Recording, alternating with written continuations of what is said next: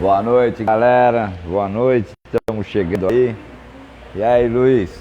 Tudo bom? Marcão, se dá pra você dar uma olhada lá pra mim, Marcão, pra ver se tá tudo bem? E aí, Luiz?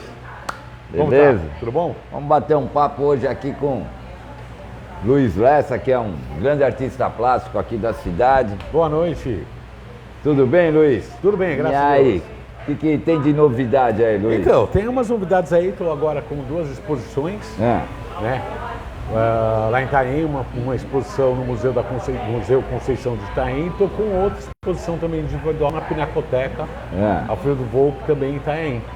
Tudo acontecendo aqui em Itaém, que é... Quanto tempo de Peruíbe até Itaém? Nem 20 minutos, né? Depende da nem cidade, 20 minutos, né? 20 minutos, e fica bem lá no centro, né? O museu ele fica ali na frente da Igreja Matriz, né? Da Igreja tombada, inclusive pelo Ifan Santana.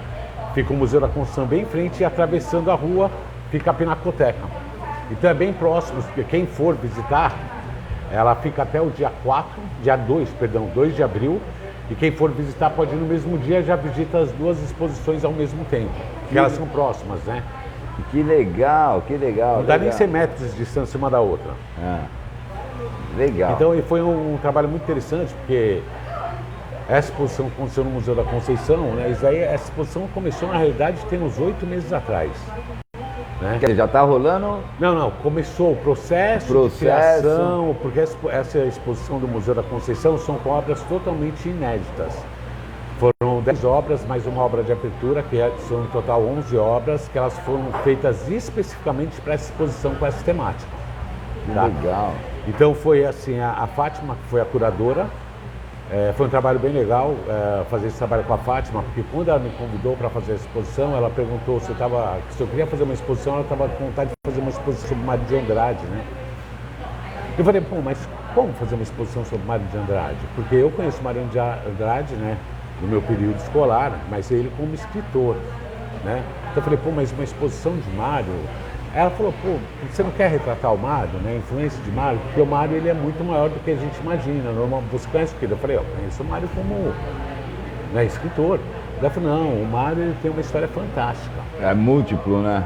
Múltiplo, era um polímata, polígrafo, tinha as redes sociais das cartas, ele foi uma pessoa fantástica na história, né, e no resgate, né, porque, assim, do folclore. Às vezes as pessoas que a pessoa é múltipla, faz várias coisas. Várias coisas ao mesmo tempo. Várias coisas ao mesmo tempo. E daí eu falei, mas Fátima, o quê? Daí ela falou assim, vamos amadurecer a ideia? Vamos. Aí eu peguei, comecei a fazer os estudos de Mário, mas não tudo muito generalizado, né? Daí comecei a descobrir que Mário fez as viagens, né? Mário fez as viagens pelo Brasil, onde ele é fotógrafo também, ia tirando fotos, ia contando essa questão, né, da brasilidade, onde era desconhecida, porque antigamente, quando você vai falar em 1920, o Brasil era muito separado, né? Então o Sul não conhecia o Nordeste, que não conhecia o Sudeste, que não conhecia, era tudo muito centralizado, né, na sua própria região. Nós tínhamos aqui os italianos que estavam na cidade, o São Paulo tinha muito italiano, né? Tinha a questão do êxodo rural também, né? Muita gente que estava indo para a cidade por causa da Revolução Industrial, do modernismo que estava chegando. Então Mário, ele fez essas viagens onde ele foi conhecer o patrimônio da nossa terra. Então ele foi para o Nordeste, ele foi para Minas, ele fez uma viagem para Itaém também, conheceu o patrimônio de Itaém. Ele foi um turista. O cunho dele não era viajar, o cunho dele era conhecer o patrimônio. Era um turista, porém, focado no patrimônio. E fazendo fotos de tudo isso, registrando tudo isso. Registrando. Na isso que é bacana. Ele registrava o patrimônio. Então ele, vamos supor, ia para um lugar e falava assim, aqui tem tal música, tal povo, eles fazem assim, funciona dessa forma, e tirava foto. Então ele ia, na realidade, para conhecer o patrimônio e não fazer uma viagem como a gente faz hoje de turismo, estamos de férias, entendeu? É uma viagem totalmente voltada para a cultura. Essa era a viagem dele. E o que aconteceu? Nesse momento, a gente conta, então voltando ao processo, eu comecei a estudar e comecei a ver esse universo e falando assim, mas nossa, são tantas coisas, né? Como eu vou retratar isso? Aí a Fátima, que é a curadora da exposição, que nós vamos bater um papo futuramente. Vai bater futuramente com ela, hoje ela não pôde vir, né? Que hoje a gente está aqui no Saci. Na outra nós vamos bater um papo com ela lá no 446. Então a Fátima, ela começou a dar um direcionamento na minha pesquisa.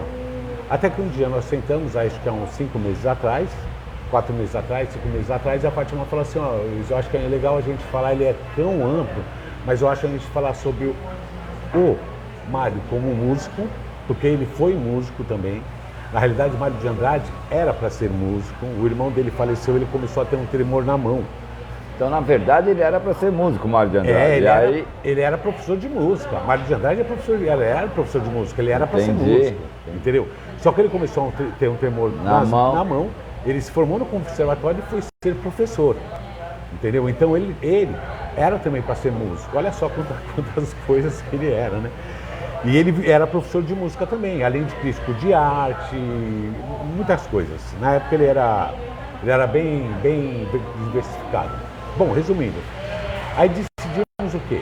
Né? Conversando com a Fátima, ela falou assim, olha, vamos então falar Mário na música, Mário na literatura e Mário no patrimônio, que foi uma coisa que ele lutou muito pro patrimônio cultural, né?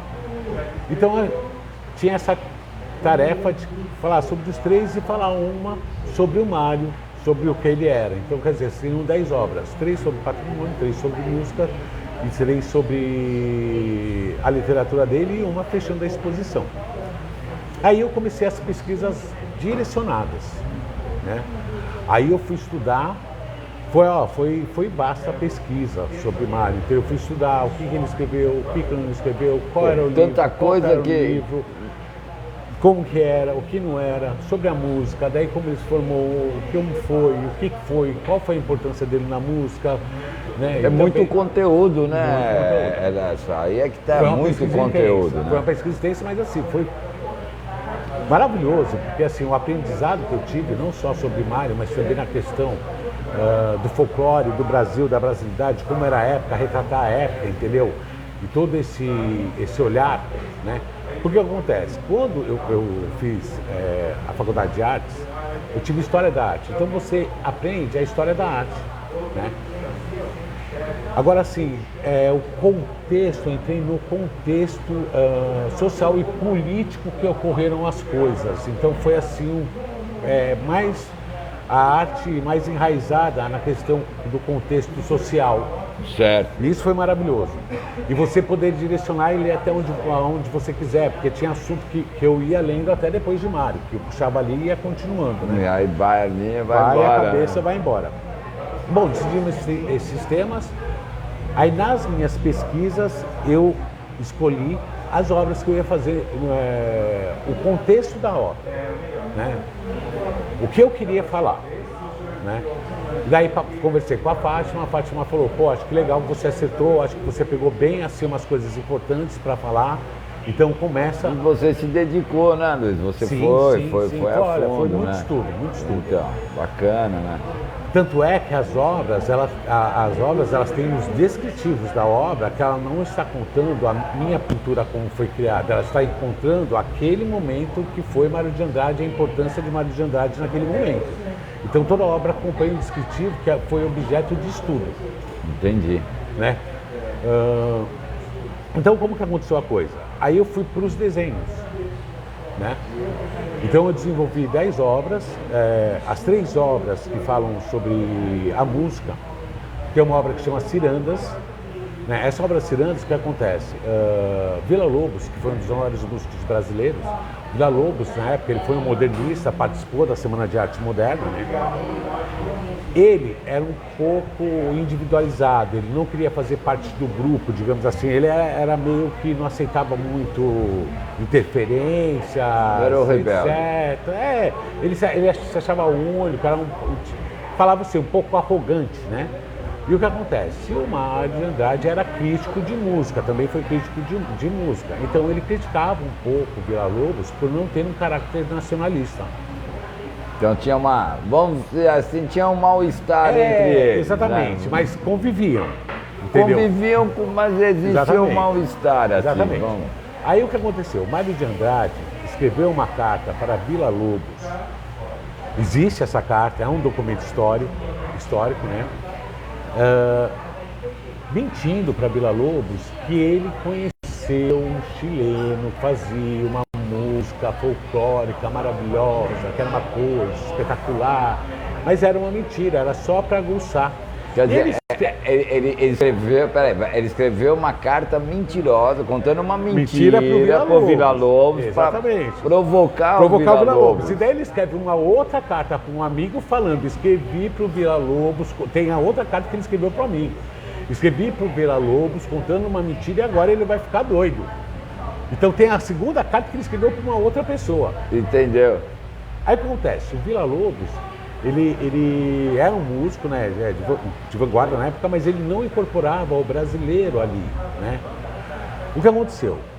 O Mário de Andrade, ele foi um lutador do folclore, né? Ele resgatou muito o folclore nacional e ele mapeou muito o folclore nacional. Como você disse, nas viagens dele, ele foi mapeando, foi fotografando. Exatamente. Foi vendo a cultura, né, nacional. Por quê? Porque o folclore ele é composto das 3 raças que originaram o Brasil. Ele é composto do negro africano, é composto do branco europeu e é composto do indígena, né?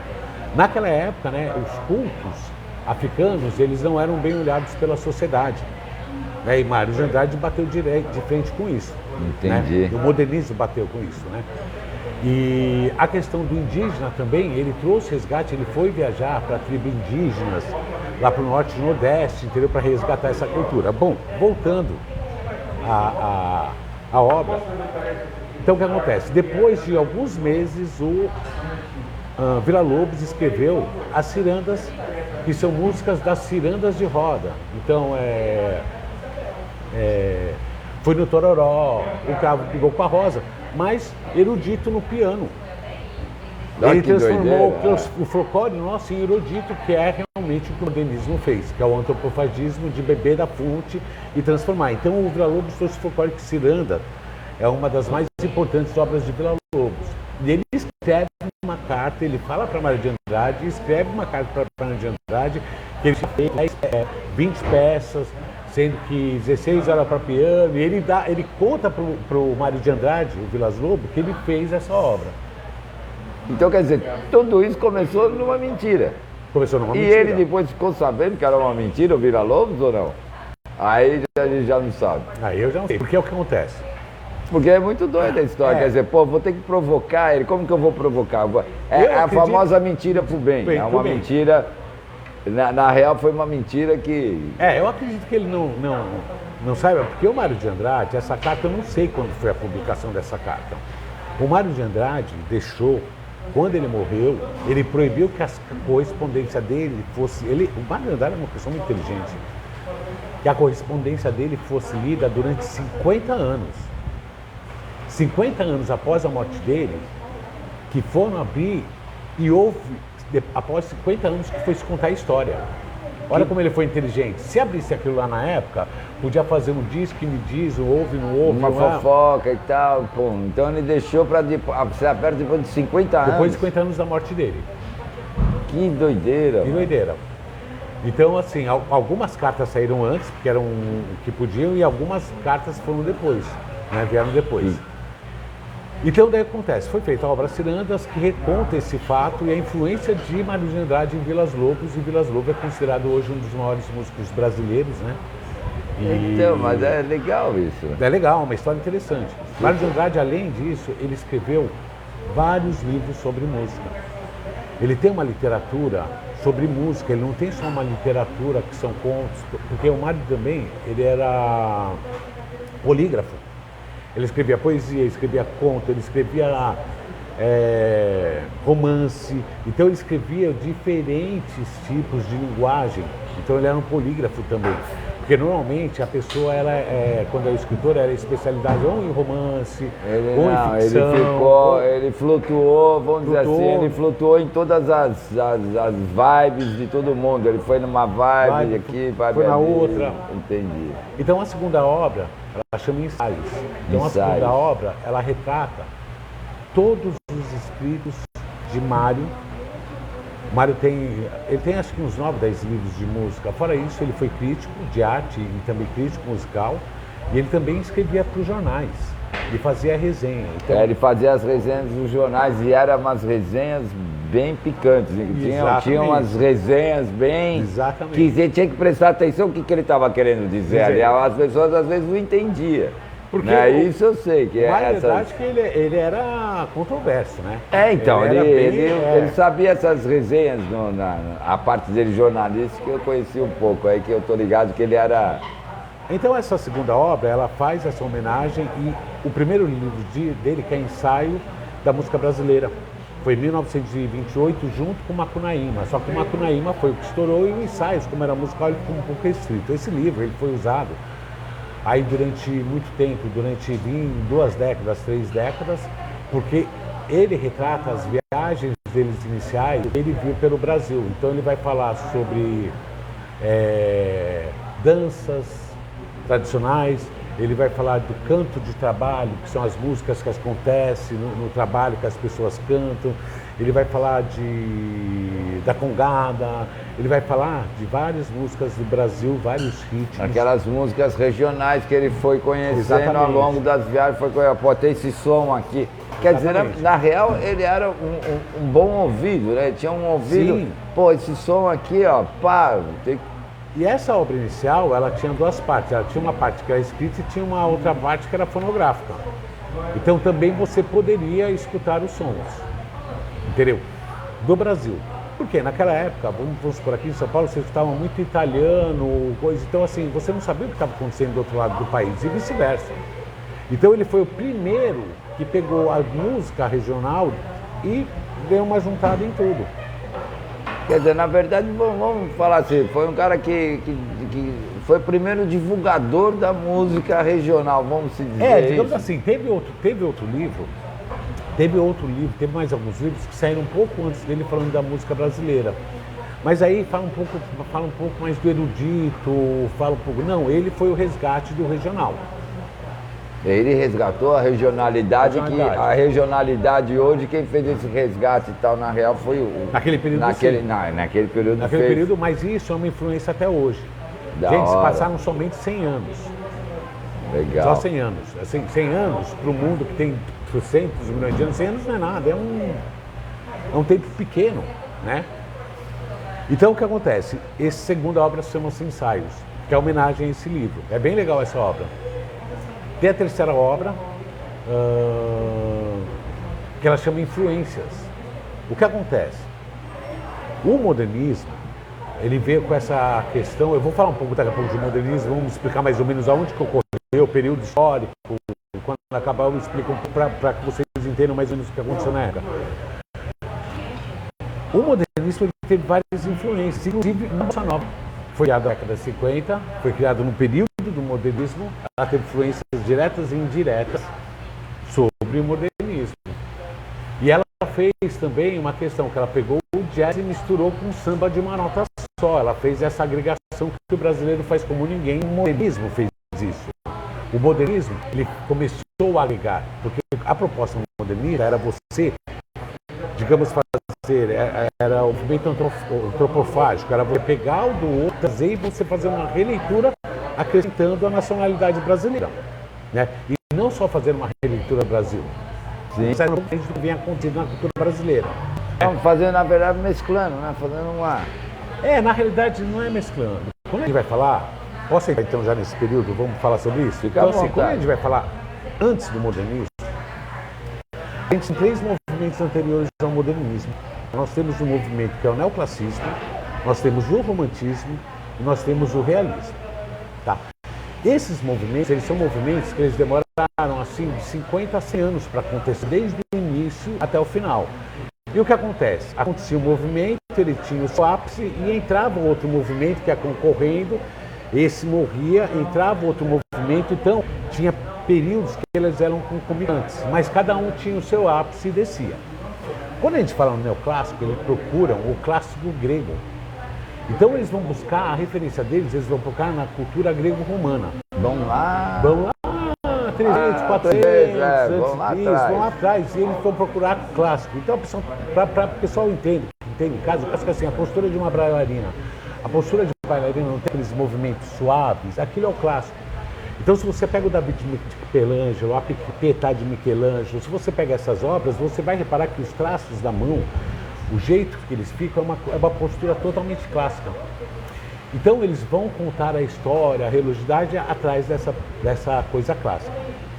O romantismo, ele é um pouco parecido no conceito com o neoclássico, porém, ele tira o foco da greco-romana e ele coloca o foco na observação do artista. Então ele fala das guerras, né, já com aquelas fumaças atrás, né, aqueles braços fortes, né, então você perde a leveza. É muito bonito, mas perde a leveza, é um outro momento. Já vai para uma coisa um pouco mais pesada, uma coisa mais... Isso, mais forte, né? Mais forte, uma coisa mais... Né? Ela me lembra um pouco o barroco antigo, mas não vamos entrar nisso aí. Quando você entra no realismo, o realismo ele vai contar o quê? O cotidiano. Porque quando você fala em o neoclassicismo e o romantismo, o romântico faz aquele idealizador, aquela coisa na batalha, nós somos fortes, nós somos... Né? O romantismo não, o realismo ele vai contar cenas do dia. Pessoas no parque, lá nos parques da época, aquelas mulheres com saia rodada, tomando... fazendo piquenique. Já vai mais assim pro que rola e tal, pá, mostrando. Exatamente. O cenário ele muda de figura. Mas esses 3 períodos, eles são acadêmicos, que a gente chama acadêmicas, são das escolas acadêmicas. Então era ensinado na escola, isso daí na escola de arte, entendeu? E eles respeitavam as técnicas e também respeitavam a tendência. Então, se a tendência agora é falar desse assunto, eu vou pintar com a técnica esse assunto. Se a tendência é falar desse assunto, eu vou pintar na técnica desse assunto. Porém, em 1867, aproximadamente, 65, 67, começou uma revolta dos artistas da época. Começa em Paris a Belle Époque, naquele período já está começando a Belle Époque. Era aquele período, já está começando a Belle Époque. A Belle Époque foi uma época onde Paris era o centro das atenções por causa da segunda Revolução Industrial. A gente tem a primeira Revolução Industrial que começa no primeiro século, onde vem máquina a vapor, onde vem essas coisas. E a segunda Revolução, que é na metade do século, ela começa com a eletricidade. Então as manufaturas começam a ser elétricas. Porque já é uma pira totalmente diferente, a pira. Porque aí quando vem a eletricidade muda tudo, né? Tudo. Muda total, muda tudo. É doido isso, né? Como a coisa era, mas você tinha uma... Vem a eletricidade e muda tudo. Muda tudo, porque as coisas começam a ser iluminadas. Imagina, você não tinha luz. Pô. Aí começa a vida boêmia. Começa a farra. A farra. Em Paris, começa a farra, começa as esbórnias, em Paris ainda, pronto, aí já era. Começa a ser o centro do mundo. Ele começa a ser o centro do mundo. Nesse período, Manet, não é Monet, é Manet, que era da academia, faz um quadro realista, porém nesse quadro realista tem uma mulher nua. É comum a figura da mulher nua, quando você vê, né, ela virada, não tá? É uma nua do jeito que eles pintam, só que porém ela estava no bosque tomando um lanche, aquilo lá causou estranheza. Falou, como esse cara pinta? Porque assim, a mulher nua, ela geralmente está sendo retratada num lugar fechado, né? Ou às vezes numa batalha. Entendeu, mas não numa fonte. Não numa fonte, não lá fazendo um piquenique. Então, o conceito dele foi totalmente errado do que eles pregavam. Então, aquilo foi um escândalo. Só que teve vários artistas... Um escândalo porque tinha uma mulher nua num piquenique. Tipo, pô, ela tá nua se expondo... Se essa mulher tivesse nua, porque ela tá nua assim, lateral, ela tá mostrando como nas pinturas, ela não tá mostrando... Sim, não, uma coisa nua, mas uma nudez delicada, não uma nudez... Se ela estivesse num quarto...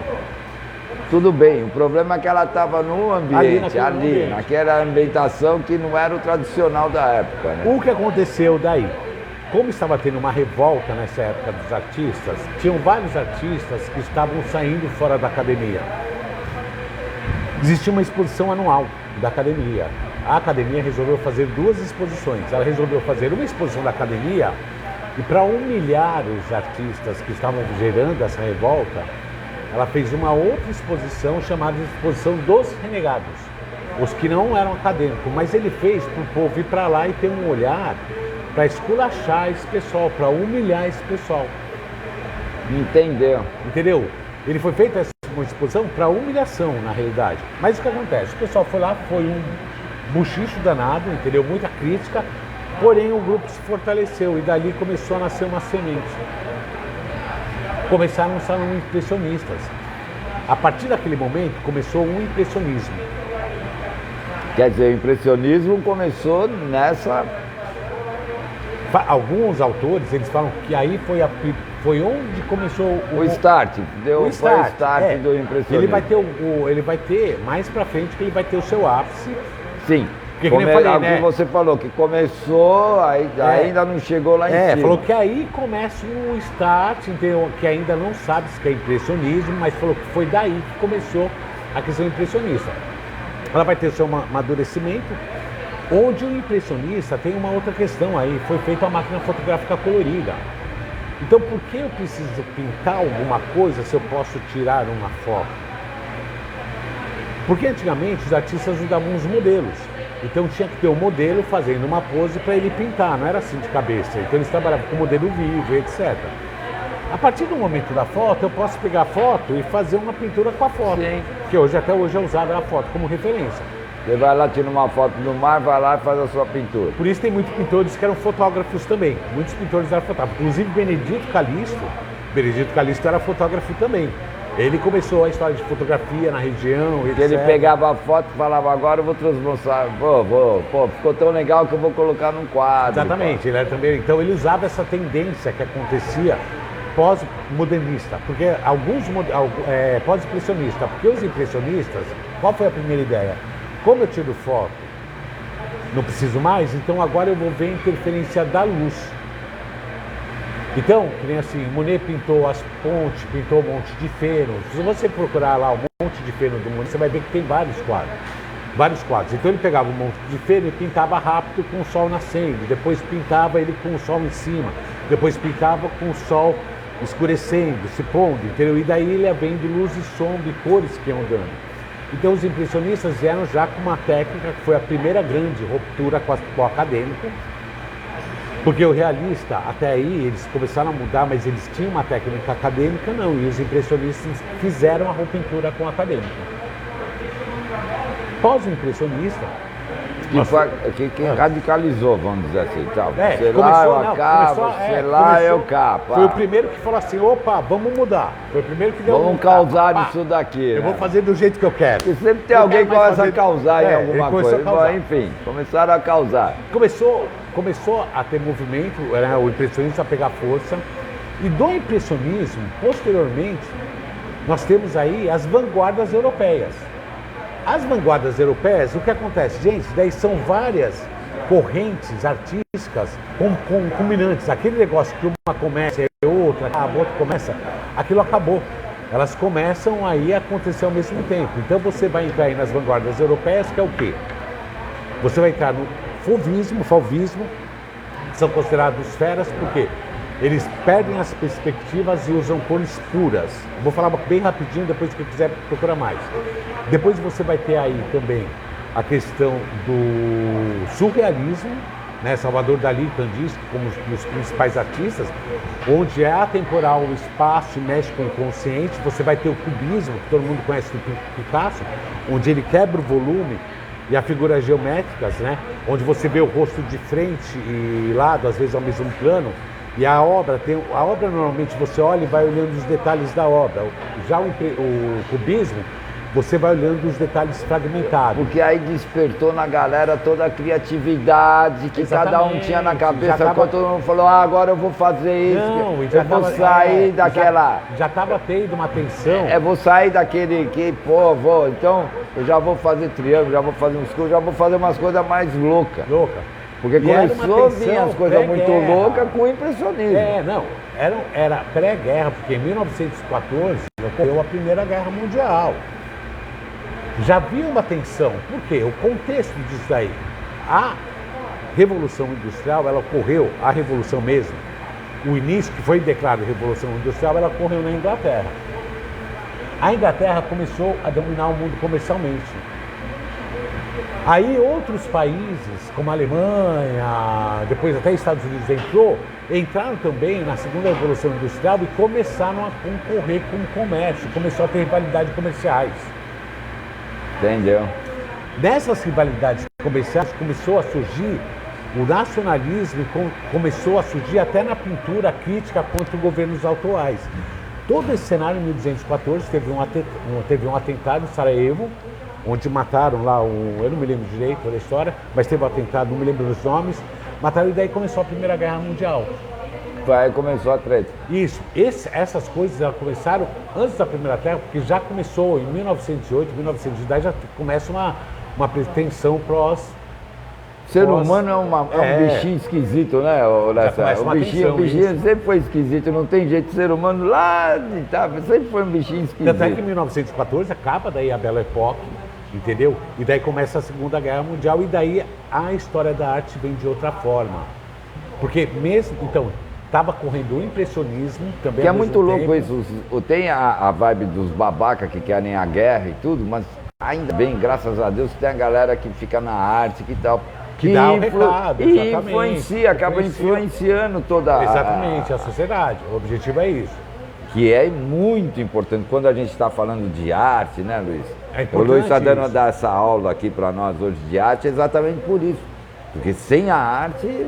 Não é, porque a arte, ela serve para pensamento, que te causa estranheza. Por que isso? Achei horrível. Mas por que você achou horrível? Por que te causa estranheza? Por que, entendeu? A arte é para se pensar, então você tem que olhar... A arte é para ela ser discutida, para você pensar, porque as pessoas têm que entender por que às vezes, porque é um quadro... Cara, entra na vibe daquele quadro, começa a viajar naquele quadro. Agora, tipo assim, não te tocou também? Não tem problema. Relaxa, passa para outro. Passa para outro que vai te tocar, entendeu? Agora não vai ficar assim, isso daqui para mim não me tocou, eu não acho que é arte. Então você não acha que é arte, tudo bem, vai para outro. Agora fala assim, estou intrigado, não estou entendendo, mas, poxa, o que é isso? Não... Alguma coisa, você tem alguma coisa com aquilo lá, vai entender o que é. Instigar a tua cabeça, sabe, cara? Bom. Tanto é que tem muita coisa que você fala, nossa, aquilo é horrível, mas é tão lindo de horrível que ela é. Tem arte que é horrível, que é pesada, porque você fala, que linda. E você vê que ela é horrível e é pesada, mas ela se transforma numa coisa bela. Mas então. Que é a quebra da estética acadêmica. Hoje existe isso, antigamente não existia. Bom, daí voltando à história. Teve também o expressionismo, que surgiu na época, que ele era antagonista do fauvismo, porque ele sempre, o fauvismo era uma coisa assim, estática, né? Rotina de casa, o impressionismo já vinha com muitas deformações, com muitas cores fortes, sempre a pessoa naquele sentimento, né, pesado. Veio o futurismo na Itália, onde... Mas era também que estava passando por um momento de dores. Não, mas sabe quem... Não, quem é o pré-impressionismo? Quem começou o impressionismo? Van Gogh. Van Gogh. O Van Gogh com aquele céu foi ele foi o Munch. Augusto Munch, que é um grito, todo mundo conhece o grito, ele não é ele é de 1800 e pouco. Eles são os pré-impressionistas, é um movimento, isso que eu falo, o impressionismo, na realidade, ele começou a ter algumas coisas ali porque atrás. ele sempre foi muito censurado pela Van Gogh foi compreendido, total. Então, total. Foi assim, a galera na época falava não. Louco, é pirado. Então, esse que é o problema também, né? Não, mas ele é um pré-impressionismo e o Munch também é um pré-impressionismo, isso daí data de 1800. É que o pré-impressionismo ele foi acontecer mesmo em 1900 e pouco, que ele foi dar o boom dele. Que é a onda que subiu. É lógico, por isso que assim, Van Gogh, assim, muita gente não entende a obra de Van Gogh, né? Van Gogh, ele foi um cara que quem estuda a obra de Van Gogh vai ver que Van Gogh ele passou por várias fases, entendeu? O Van Gogh ele tem um pouco do fauvismo, ele tem um pouco do impressionismo em certa fase, ele tem um pouco do expressionismo, entendeu? Então ele é um pintor que tem várias fases. Ele é fantástico e ele foi o, digamos assim, que deu o pontapé inicial do impressionismo. Legal. Você vai ter na Itália, daí o modernismo. O modernismo já é o futurismo, quer dizer. O futurismo está ligado com movimento, com máquina, com carro, tudo que traz movimento. Então já tem as coisas que é tudo... Então você tem já a arquitetura, né? Mas tudo com movimento, tudo muito orgânico, tudo girando, tudo muito... Tudo acontecendo, né? Tudo acontecendo, tá? E você vai ter o dadaísmo. O dadaísmo é um conceito já fora da caixinha. Tanto é que um principal dadaísta lá é a fonte, até me esqueci do nome do autor, né, que ele pega daí um mictório e transforma numa fonte.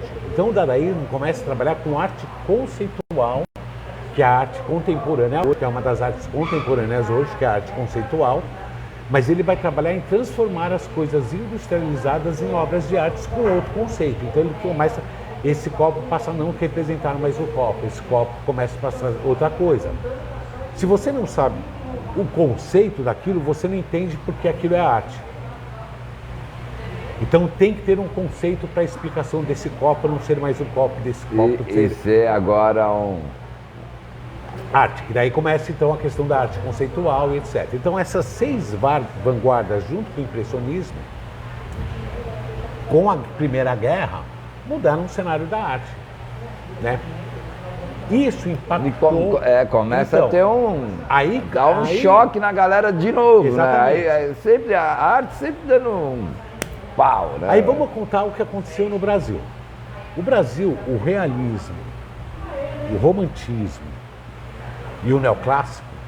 O neoclássico primeiro eram os pintores de fora que vinham e faziam as coisas. Você não teve uma expressão neoclássica brasileira, tá? O romantismo, entendeu? Você também não teve assim uma expressão muito clara, porque o romantismo no Brasil, eles deu uma misturada, entendeu? Com o realismo e com o simbolismo, eles aconteceram meio que próximos, entendeu?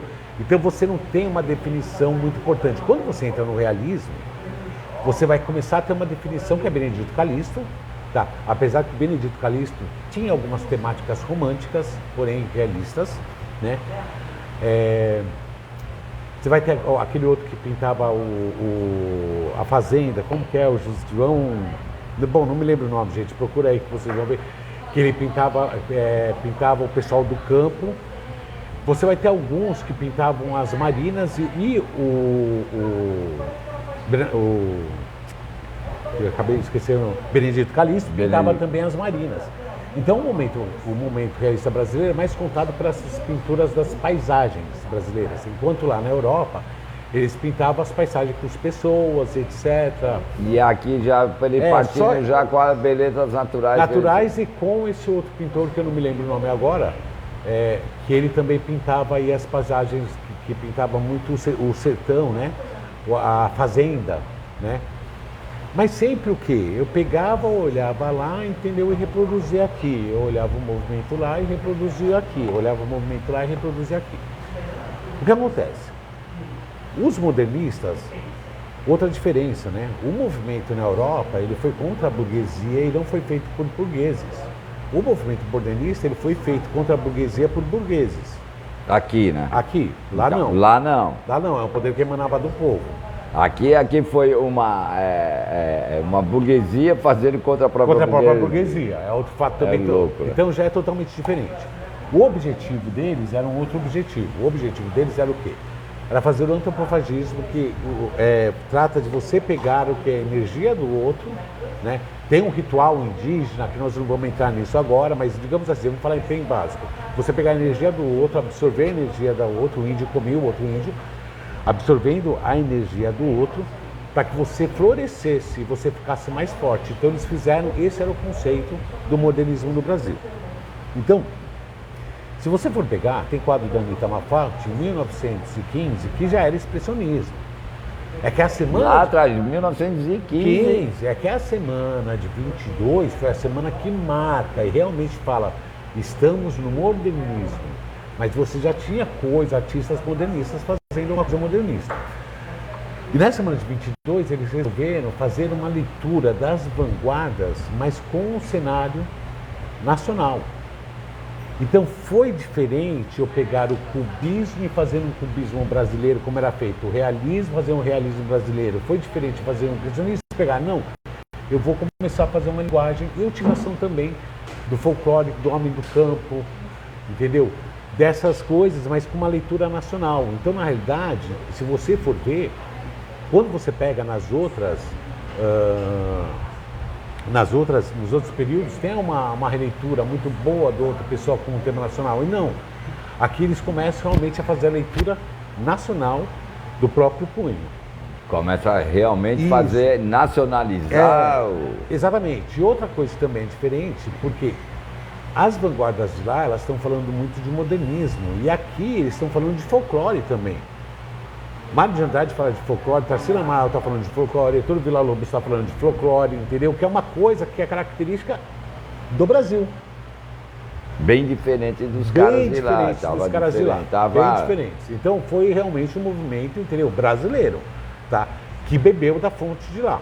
Sim, beberam da fonte de lá, mas fizeram aqui, transformaram, abrasileiraram uma coisa. Exatamente. Então tem o seu valor e eles influenciaram muito depois, muitas gerações. Legal. Né? Então aí, se não tivesse tido esse movimento, a Semana da Arte Moderna é um marco, né? Mas se não tivesse tido esses artistas, o grupo de 5 que se organizaram, etc., não sei como seria o cenário hoje, tanto musical como de artes plásticas. Eu me questiono a respeito disso, não dá pra gente saber. Mas eu acho que seria bem diferente. Seria, sei lá, né? Bom, não vamos nem pensar nisso, né? Vamos voltar para as obras. Porque tem uns doidos aí que querem voltar aos passados, tirar umas coisas. Tem um maluco para tudo, né, mano? Ele não pode ter... Tem uns malucos, eu tô sabendo aí, ainda não tem confirmação, mas tem maluco para tudo. Tem cara querendo fazer prédio em Peruíbe, lá no Guaraú, quer dizer... Tem louco para tudo aqui. Pelo amor de Deus. Pois é, mas vira e mexe, aparece uns malucos, só dando uma... Parece uns malucos querendo construir prédio no Guaraú. É uns caras que eu acho que não tem noção do que. Bom, gente, enfim. aquilo lá tem que esse para mim é um débil mental. Futuras, gente, então, esse é aquele sujeitinho. Não vamos entrar nessa. Esse sujeitinho nem chega aqui perto. Tem que ser para gerações futuras, que gente. Nunca vai ter prédio no Guaraú, brother. Você pode esquecer disso. Vamos aí. E Deus abençoe suas falas. Não vai ter prédio no Guaraú, mas não vai ter nunca, mano. Isso aí. Aí o que acontece? Então, quando você entra na exposição, você tem a primeira sala da exposição que vai falar das imagens e os períodos para a pessoa entrar nessa questão. A gente utilizou das artes plásticas para a pessoa entender brevemente, é lógico, tem um texto pequeno para a pessoa entender brevemente essa ruptura com a arte acadêmica, que o modelismo foi uma ruptura que foi a melhor coisa que aconteceu. Lógico, a época moderna. Que foi a melhor coisa que aconteceu, porque se não acontecesse isso, a gente ia ficar naquela... Não, bom, enfim. Não é mesmice. Bom, resumindo, ocorreu a Semana de 22, e daí, essa Semana de 22, a música, eu vou falar da terceira obra, que são influências. Então nós temos influências da Bossa Nova, né, do modernismo, foi no período moderno, e a Bossa Nova influenciou o rock nacional dos anos 80.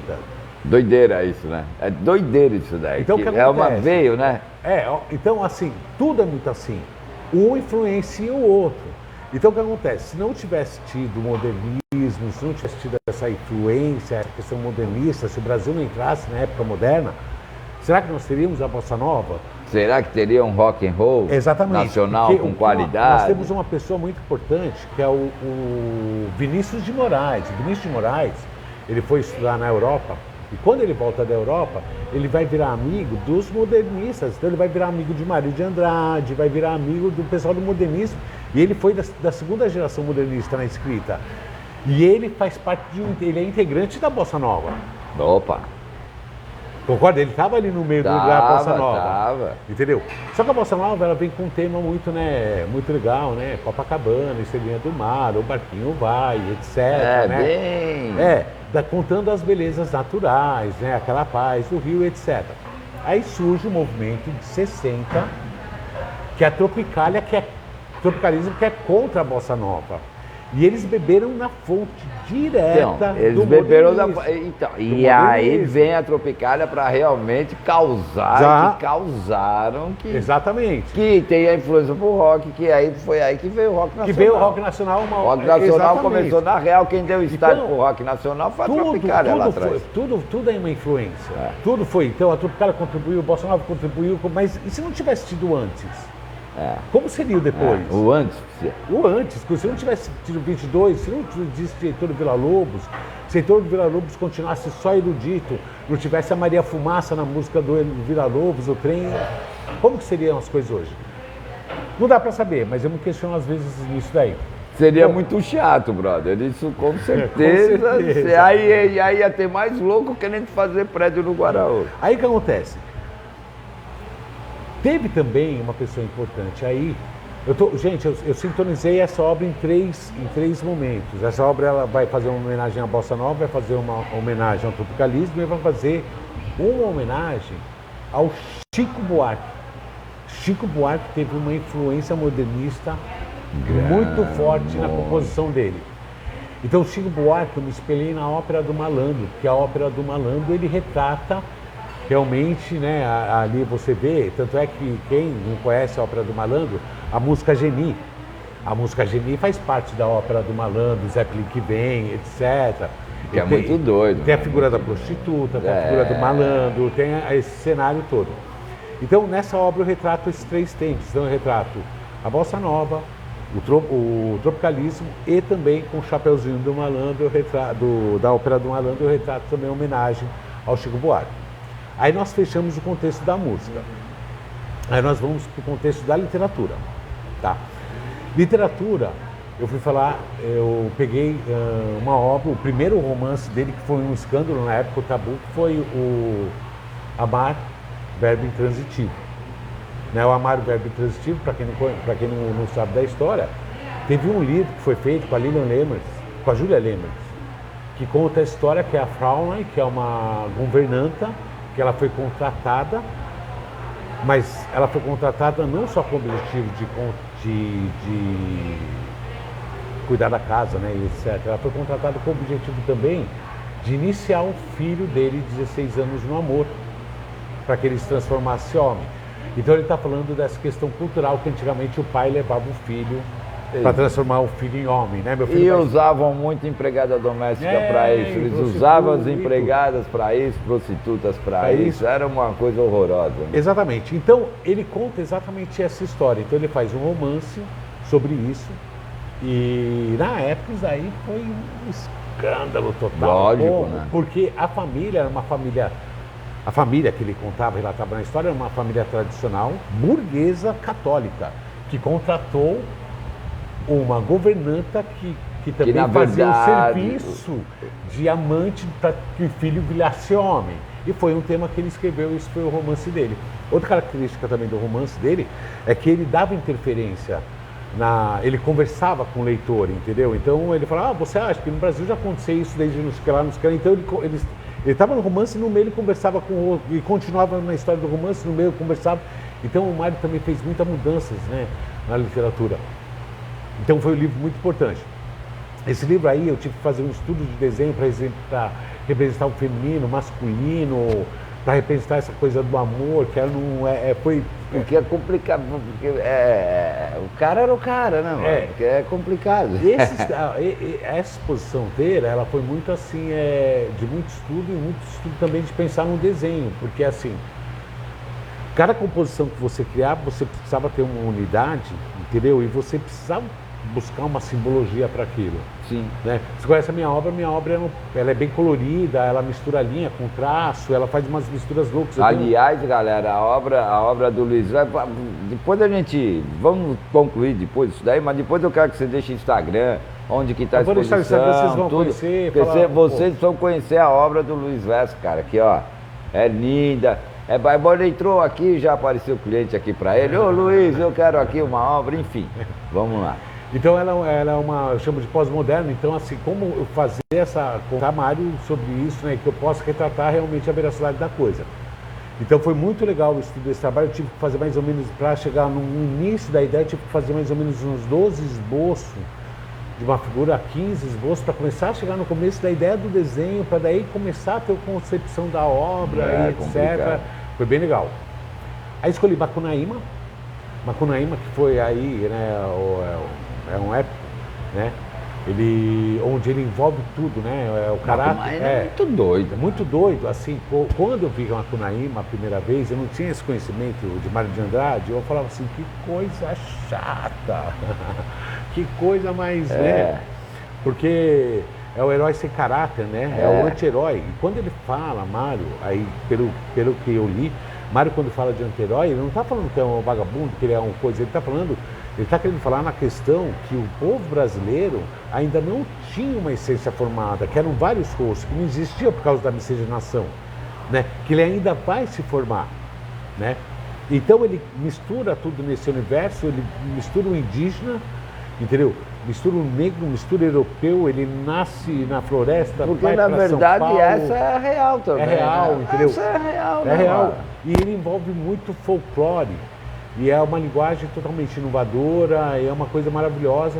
Né? Eu assisti o filme há pouco tempo atrás, aí eu entendi realmente. Aí você colocou, você foi assistir o filme para falar, peraí, deixa eu ver qual que era a vibe agora com outro olhar. Com outro olhar. Então assim, quando você entende mais ou menos o contexto da época, você entende que ele está querendo, começa a entender o que está acontecendo ali.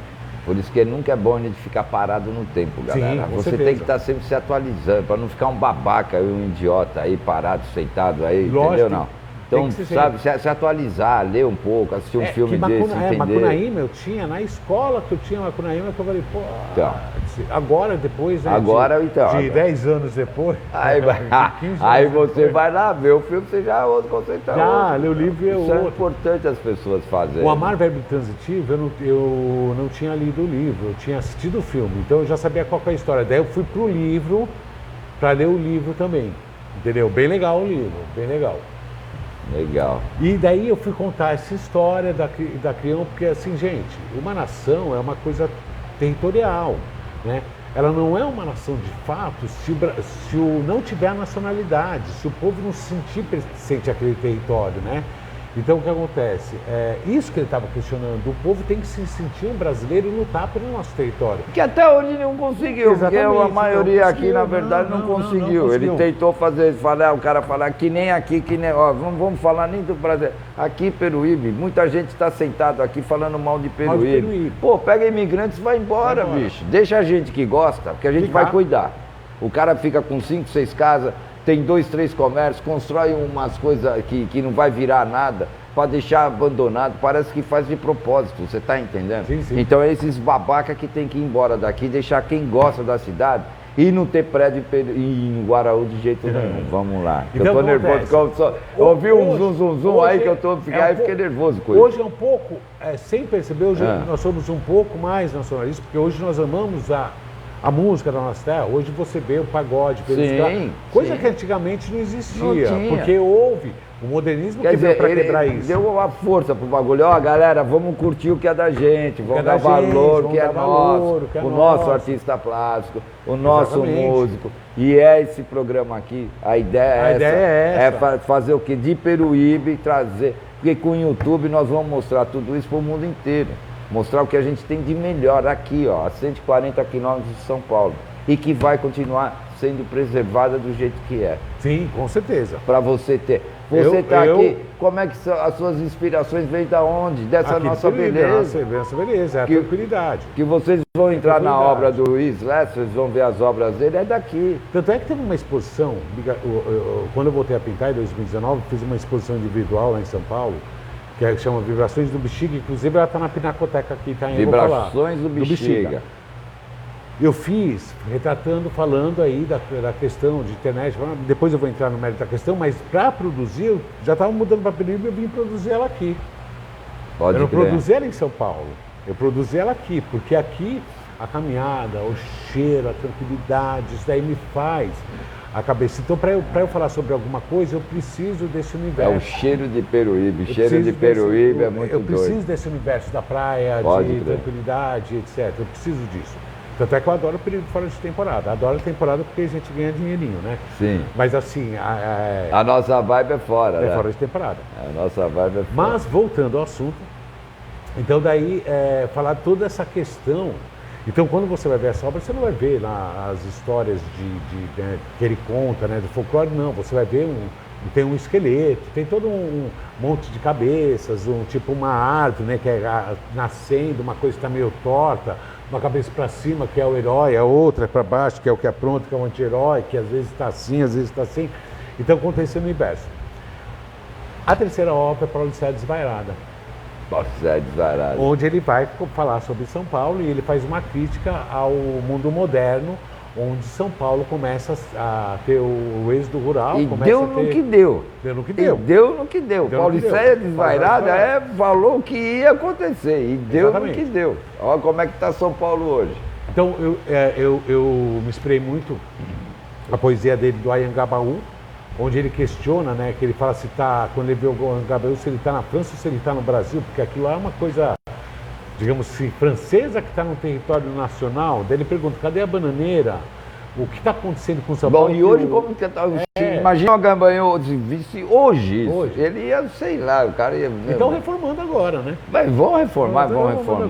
Bom, e daí, o que acontece? Ele questiona também a questão lá que foi coberto o rio que passava lá, o córrego, entendeu? O que aconteceu com os córregos. E tudo coerente, super coerente. Exatamente. Na época já... Olha, galera, vocês estão fazendo tudo errado. Então essa obra retrata isso daí, essa questão a arquitetura europeia vindo para São Paulo, entendeu? E escondendo as nossas belezas naturais. Ver aquela arquitetura pesada que hoje virou o que é São Paulo, acabou com tudo que a gente tinha de legal lá, enfim. Aí o que acontece? Também tem uns erros propositais de perspectiva nessa obra, quando você está falando assim, as sacadas, tudo, porque Mário de Andrade nessa obra também foi importante, porque ele começou a utilizar, ele inventava muitas palavras, então aparecem palavras novas, ele faz alguns erros gramaticais propositais, entendeu? Então ele faz... Para mexer com assim, um artista, cada artista descobre uma forma de mexer com a cabeça. Do ser humano. Então é uma coisa, vou mexer dessa forma. Então eu retratei na parte de literatura, eu achei essas 3 principais obras, aí conversei com a Fátima, ela falou, pô, legal, essas obras estão ótimas, entendeu? Para falar um pouco sobre cada momento dele. Aí foi para a parte do patrimônio.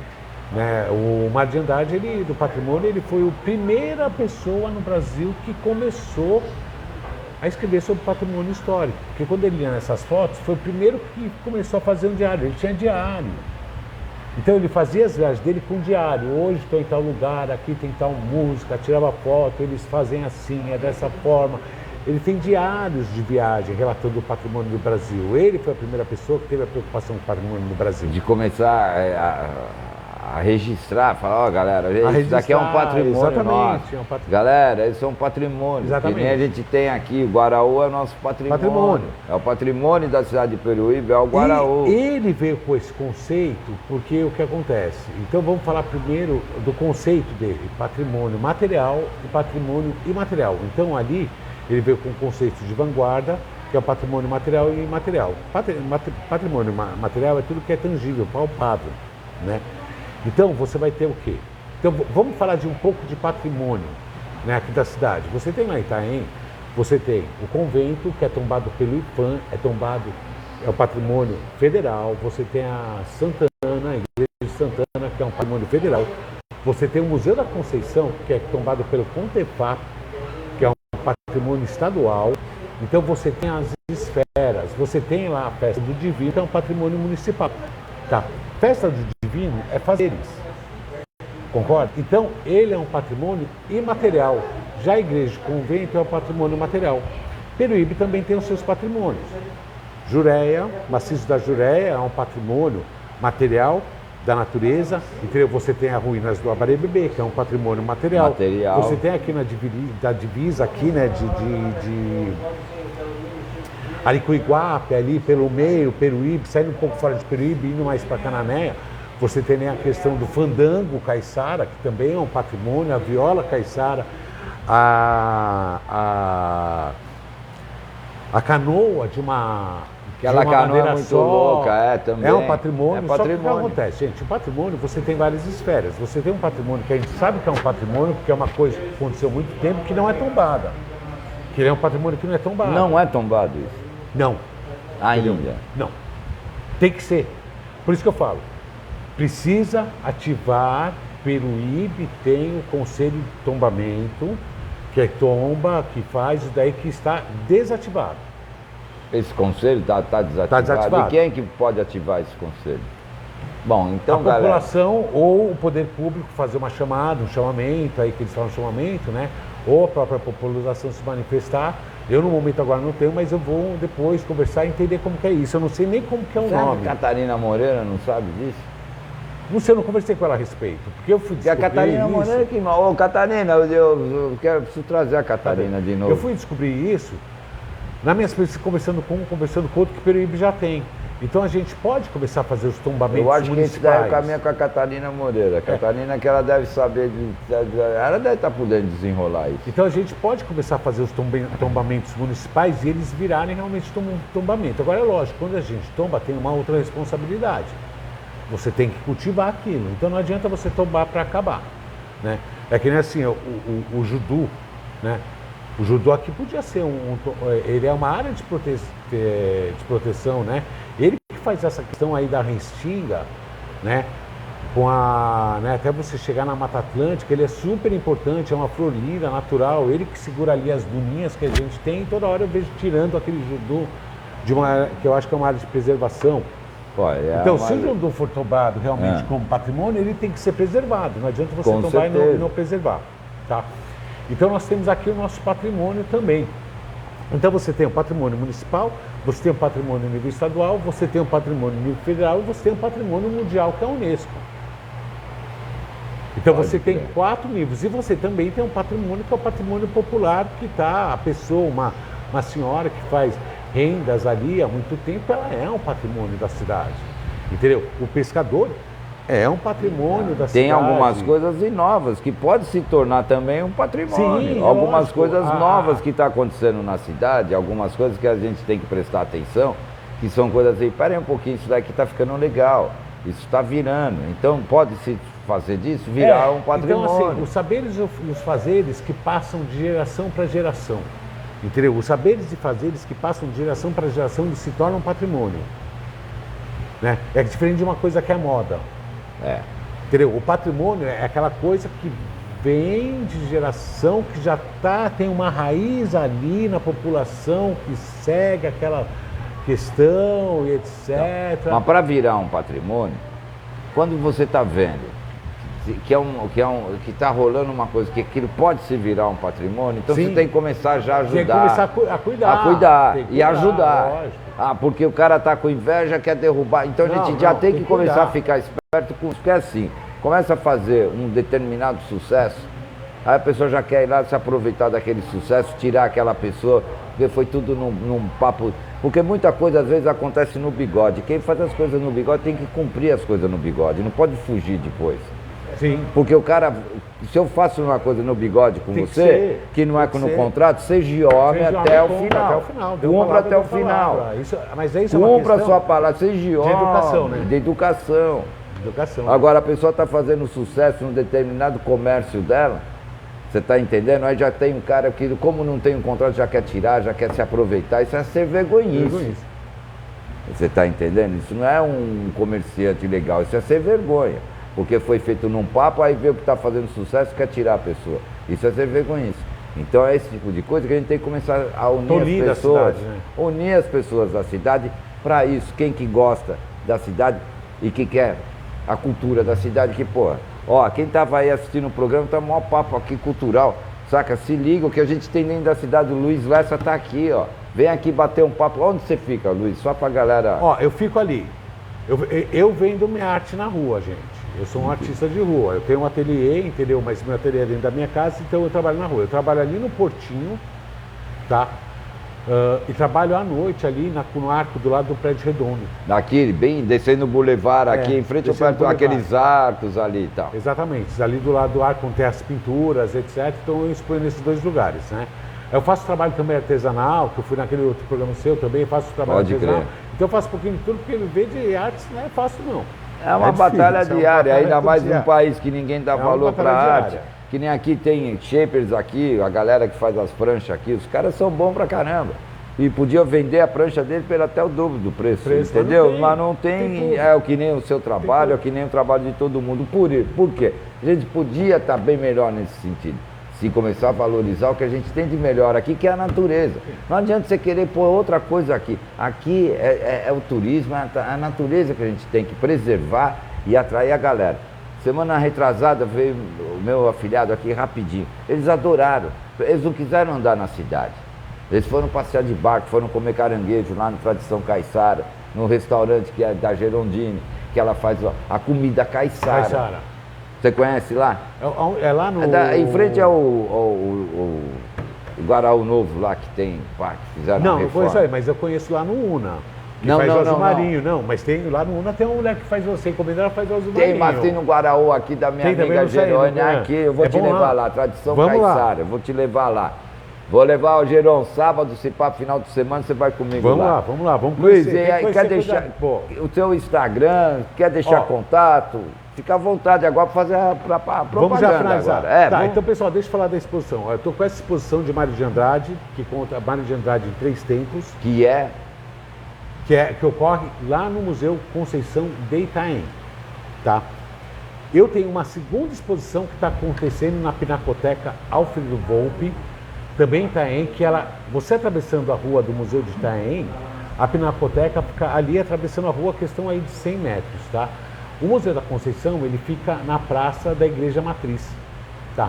A Igreja de Santana, na frente da igreja tem o Museu da Conceição e atrás do Museu da Conceição tem a Pinacoteca.